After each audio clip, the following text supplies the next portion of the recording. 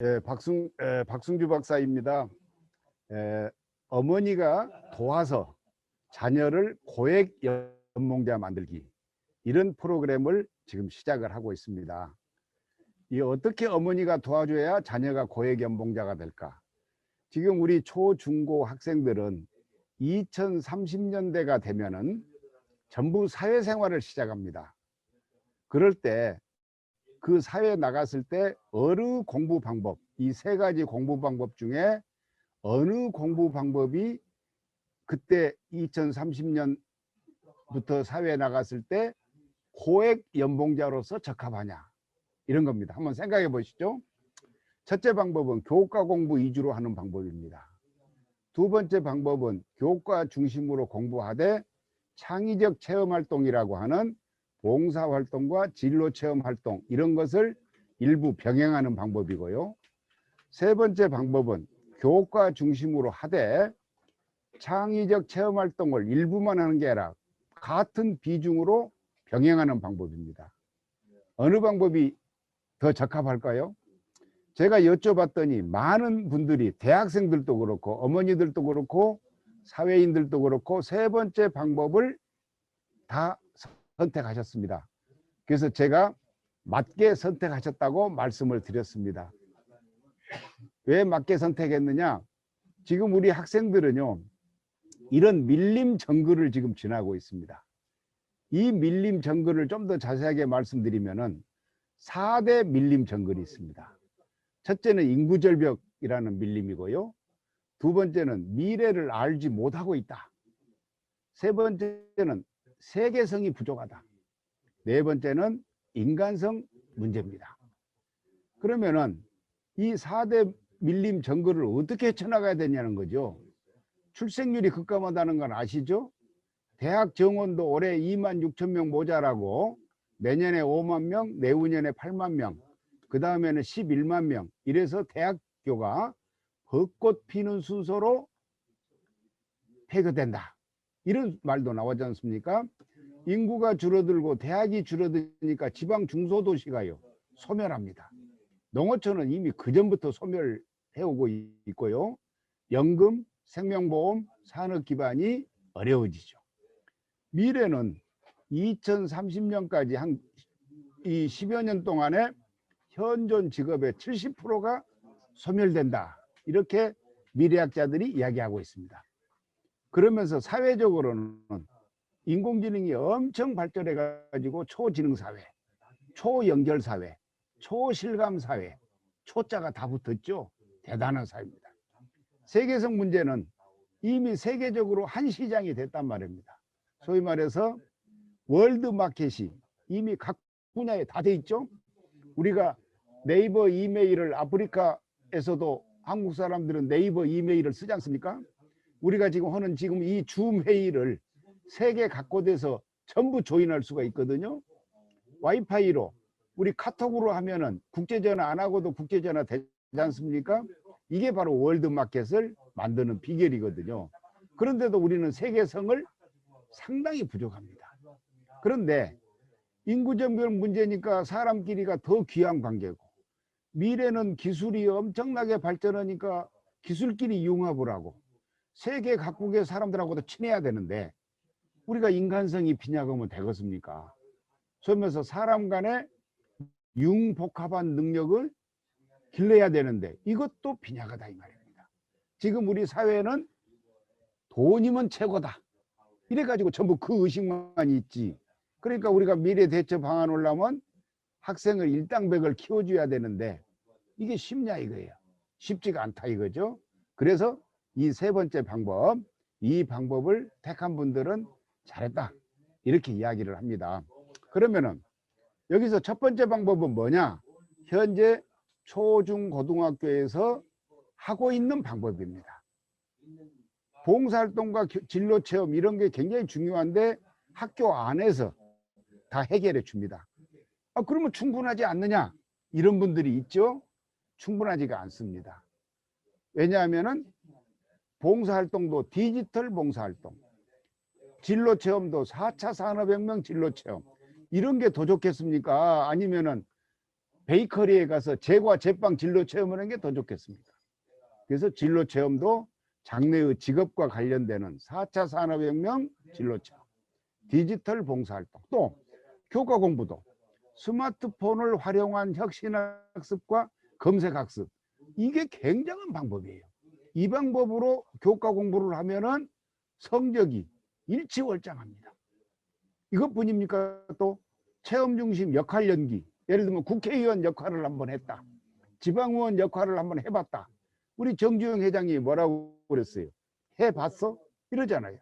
국회의원 역할 한번 해보면은 안 해본 학생하고 같겠습니까? 포부가 다르죠. 그래서 이런 그 방법이 있는데, 이 방법이 그러면 학생들한테 쉽게 넘어가겠냐, 전달이 되겠냐 이거죠. 그 세 번째 방법을 공교육 3.0 모형학 학습이라고 하는데, 이런 이 세 번째 방법이 학교 밖에서 이루어지는 거거든요. 누가 개발한 방법이냐? 박승주 박사가 개발한 방법입니다. 이 방법은 박승주 박사가 지난 3년간 고심 끝에 이제 이 방법을 개발했는데, 이게 이 학교에 전달이 되겠냐? 안 됩니다. 왜냐하면 학교는 학교의 틀대로 가니까요. 그러면 이 방법을 누구에게 전달해야 되겠냐? 어머니들한테, 아버지들한테 전달해야 되고요. 근데 그게 쉽지가 않아요. 왜냐하면은 이 부모가 자녀의 학습 능력에 대해서 생각하고 있기를 대부분이 자녀의 학습 능력을 인정하지 않아요. 의심을 합니다. 그러니까 이런 분들은 거의 대부분이 머리 공부, 교과 공부에만 관심이 있어요. 그러니까 교과 성적이 조금 안 좋으면은 거의 매일 학원에 가라고 해요. 그럼 학원에 가면 어떻게 돼요? 이 학교에서 배운 국영수 등 교과 학습을 한 번 더 배우는 거란 말이에요. 그러니까 아이가 재미가 있겠습니까? 없겠습니까? 그냥 학원 다니는 것에 만족하는 거지. 근데 진짜 문제는 뭐가 문제예요? 다른 것을 할 시간이 없어요. 주변에서 만나는 어머니들 물어보세요. 애가 학원 갔다 오니라고 다른 것 할 시간이 없다고 전부 그러죠. 그럼 다른 것을 할 시간이란 게 뭐예요? 바로 몸 공부, 소위 말해서 창체 활동, 이걸 포기하는 거예요, 애들이. 그런데 아까 여기 앞에서 보시면은 이게 교과 공부의 방법이죠. 이건 나머지는 뭐예요? 전부 다 이게 창체 활동 관련이에요. 요 공부를 할 시간이 없다 이 말입니다. 이거 하느라고 보습학원 다니느라고 방과 후 자기 주도 학습하느라고 야자죠, 야자. 이거 이걸 시간이 없는 거예요. 이 방법으로 해서 연봉은 못 받습니다, 고액 연봉이 못 받습니다 이러는데 조금 지나면 또 잊어버려요. 왜? 자기 자식을 못 믿으니까요. 그래서 또 학원에 가라.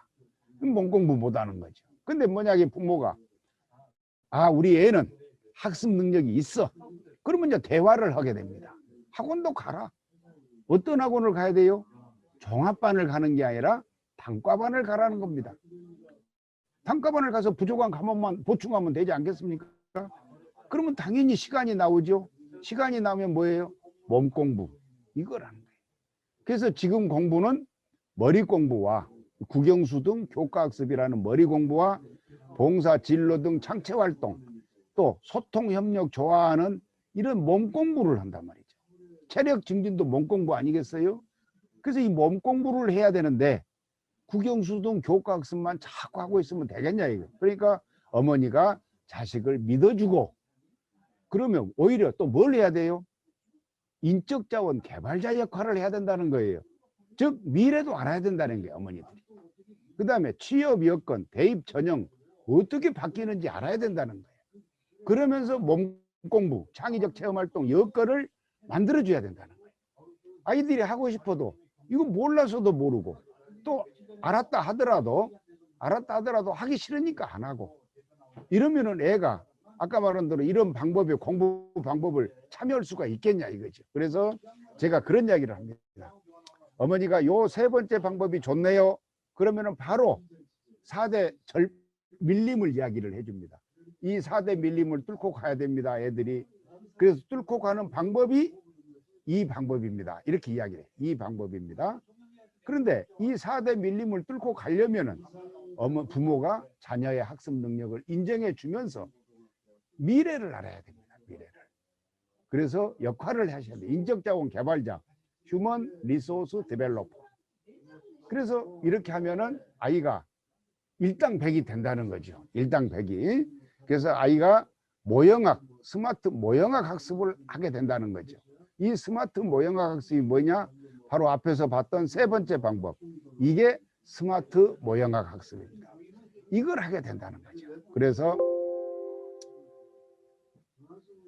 외부의 학습 도구, 네이버의 구글의 검색창, 유튜브, 그다음에 오픈소스, 학습 지원하는 앱, 이런 걸 또 줌 화상교육과 회의 이런 걸 참고로 해가지고 학습 도구도 활용하고 외부의 어머니가 교육자원봉사자로서 도와주고 또 지역사회에 가서도 학생을 도와주고 학교는요 스마트 혁신 수업을 하고 하는데 이게 저절로 다 안 되니까 어머니가 교육자원봉사 해가지고 지역사회도 움직이고 학교도 움직이고 애들에게도 좋은 정보를 주고 이래야 그 아이가 일당백이 되지 않겠는가 그렇게 생각을 한다는 거죠. 그래서 이런 교육 3.0 인공지능 시대 인재 양성에 요 3.0 버전을 하려면은 교육자원봉사자인 어머니의 역할이 제일 중요하다.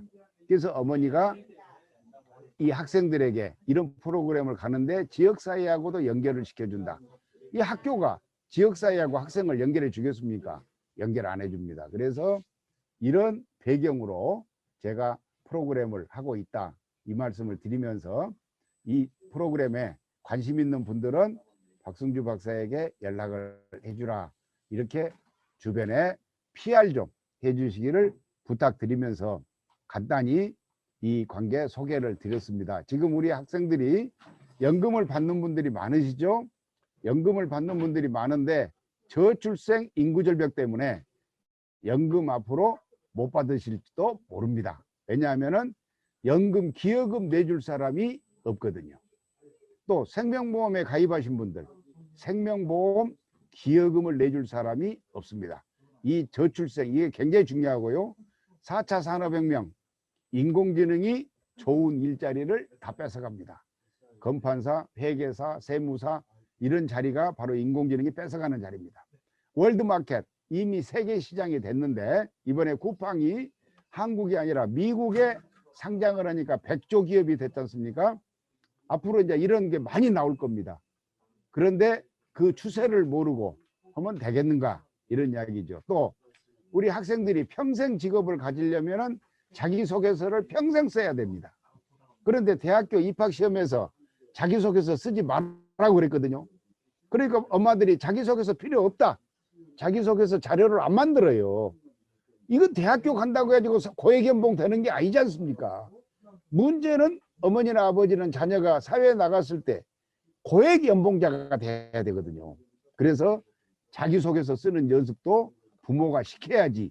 이 안에서만 틀로만 움직이면은 그 아이는 절대로 고액연봉자가 될 수도 없고 오히려 인공지능이나 저출생 때문에 직업도 변변히 가질지도 모른다. 갖지 못할지도 모른다. 이런 걱정 때문에 이 프로그램을 만들었고 지금 열심히 PR하고 있다. 이 말씀을 드리면서 제 짧은 이 설명이지만은 마치겠습니다. 감사합니다.